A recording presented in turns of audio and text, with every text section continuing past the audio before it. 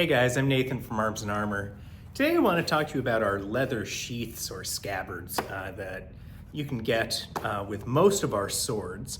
I just want to tell you what they are and how they work. Stay tuned. All right, so essentially, if you're looking at medieval swords, in period, scabbards were mostly hard scabbards, which meant that they had a wood core covered usually with leather or parchment or sometimes fabric that securely held your sword and allowed you to draw it. Right? That kind of scabbard was an important way of making sure that your sword was available to you for use. Right? You're carrying it around and you need to be able to draw it and use it. Right? Much like a holster for a handgun. Right? If you have a weapon for self-defense and you can't draw it, then it's not particularly useful, right? So that's what scabbards are really for.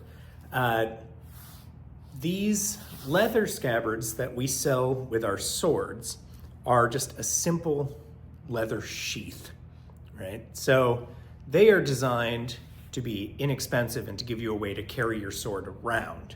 Right, you can pull it, you can see that it is just leather. It's got a seam down the back, it's tapered and relatively fitted to the blade. We try not to make these fit super tight because then it's really hard to get the sword out and it kind of defeats the purpose of these things. You can connect them to a sword belt. There's all kinds of sword frogs and things and different knots. You can look up about how to attach it on there. If you want a sword belt, you can ask us and we can include one, with your sword. But we don't make hard scabbards anymore. Mostly just because we didn't do it that often and it takes a bunch of time and setup. And there's a bunch of people who do a really good job at making hard scabbards. So I'd encourage you to look up those folks.